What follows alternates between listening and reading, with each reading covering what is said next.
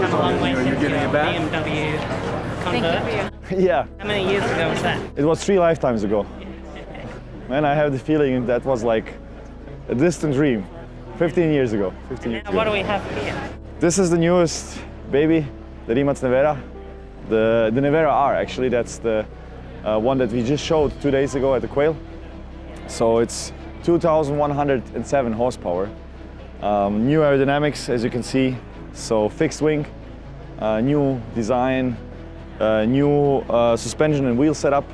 So 10% better aerodynamic efficiency, or 10% more downforce, 15% more efficiency. Even quicker than Nevera, which broke 27 world records last year, including acceleration, 0 to 400 to 0, quarter mile times, top speed, but also silly ones like fastest top speed in backwards, in reverse. So yeah, that's the Nevera R. And what does the R stand for? It stands for our principles, which is Rebellious, Relentless, and Radical. Yeah, definitely looks radical. Yeah. You haven't tested top speed yet? No, we haven't. It all comes down to the tires, because with tires, it's the thing. I mean, tires are the most important part of the car, and they have something which is called the load index. So the load index changes with speed.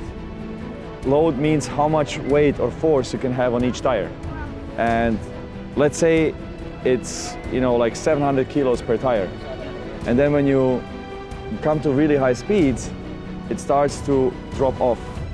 But also at the same time, the weight of the car increases, or the load on the tire, because of aerodynamic forces, because of downforce. That's why I have active aerodynamics. At the point where the load index and the force on the tire intersect, that's your maximum speed. And currently that's 412 for us.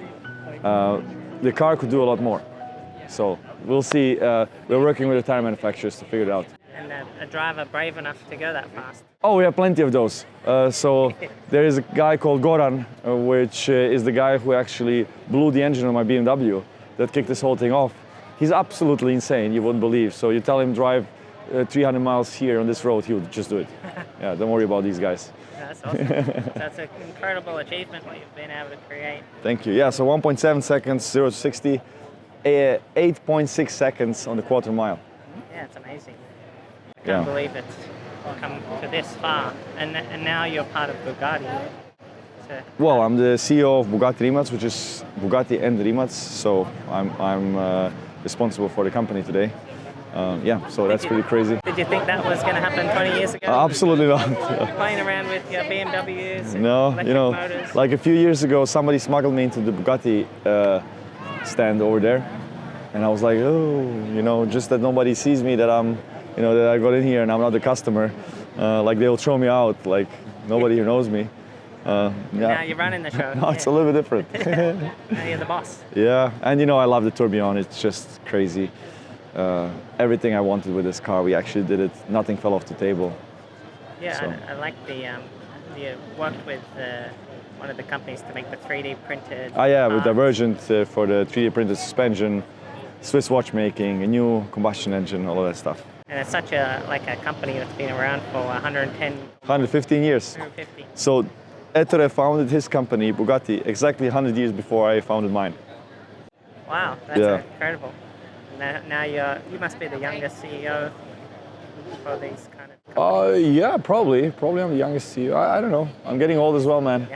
When Christian Koenigsegg met me first time, like 13 years ago or something, he told me, like, oh man, I was always the youngest guy in the room, and now here you are. Taking over the reins. But that was more than 10 years ago, so I'm sure there's younger. Well, you have Lucas Singer and his father, Kevin Singer. They are doing it together, but Lucas is younger than me. Let you go. Thanks so much for joining us. And, Thank you. Incredible achievement you have here. Thank you so much, man. Thanks so much, Mate. Thank you. Thanks to Mate for joining us, and see you guys next time. Rimac.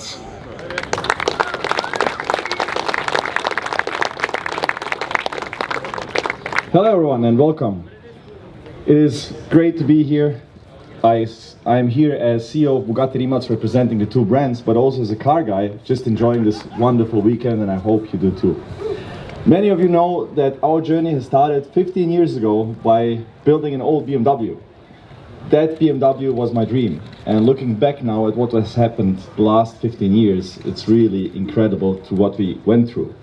And what you will see here later is the manifestation of all the hard work that the people that are with me on this journey have put into this.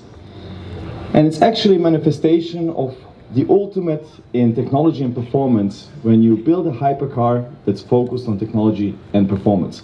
But from a team and from a company that had no right to do this, especially from a country like Croatia, but yet we did. The Quail is something special for us, and every year we want to bring something special here. Last year we have shown you the Nevera Time Attack, and just a few minutes after we have unveiled the car here, our colleagues across the ocean have broken the Nürburgring electric production car record. And the Nevera was actually the first real all-electric hypercar on the market. It set a new benchmark not only for electric cars, but in many aspects also for hypercars in general. And as part of that journey, we have broken 27 world records. There were some rather, let's say, serious records, like top speed or 0 to 400 kilometers per hour, back to 0 again, but also some, let's call them silly ones, like driving 275 kilometers per hour backwards. That's the kind of stuff that we are doing.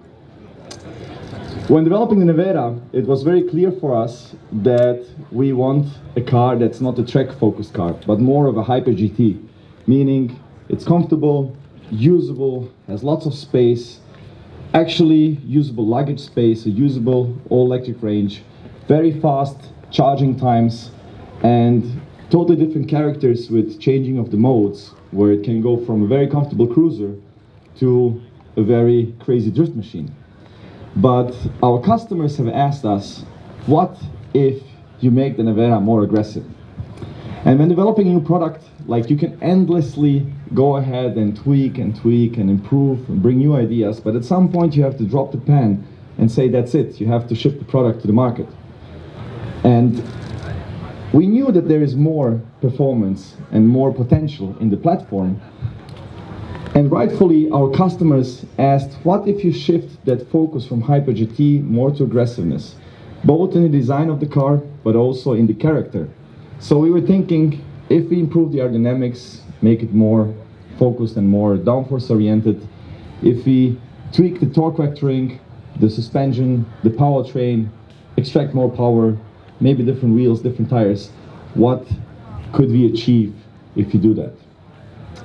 And here I call Emilio and Henrik to help us. So that's exactly what we did. We have decided to squeeze out as much as we can from that platform, from the technology that we have, and bring you the Nevera R.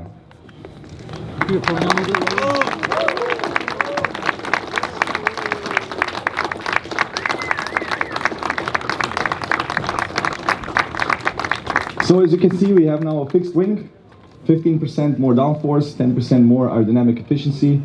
We have different wheels, 21 inch in the rear, 20 in the front, Cup 2, Michelin tires for better handling and less understeer. We have achieved 3.8 seconds faster speed or faster time on the Nardo handling track, and we have 200 more horsepower, 2,100. So it's designed more for improving the handling and track performance, but it's actually even faster than Nevera, even in a straight line. There will be 40 units of these limited, and we are starting to take deliveries or orders of the car today. But one more thing that I would like to point out that's not strictly related to the Nevera R. You know, my journey has started with racing, and from the beginning of the company, people were asking me, why are you not participating in racing? And it's because I'm a little bit disappointed in modern racing the last decades, because for me racing was always like an arms race of technology, where the manufacturers would fight against each other to bring new technologies to the market, and then later, or to the racing, and then later to cars. It had relevance for cars. New technology could be found in racing and then in cars. But in the recent decades, the regulations became so strict that actually road cars have more technology often than race cars, even Formula 1, like torque vectoring or active aerodynamics or active suspension. That's all stuff that's forbidden in racing. So we want to push technology forward. And what we are developing here ends up also in many other cars. As you know, we are partners also to many other car companies. So we don't want to push technology only forward with our own cars, but also, and not just on the road, but also off the road. So we are developing something that you can imagine like this: a single-seater, track-focused car that's faster than any race car on almost any track. So today we didn't bring it with us. We still have some work to do on the racetracks around the world before we show it here to you at Quail, but just to spark your imagination a little bit. And in the meantime, until we show you this, you will see later also, we will see each other again on the Bugatti stand. But in the meantime, please have a look at the Nevera R and enjoy the show. Thank you so much.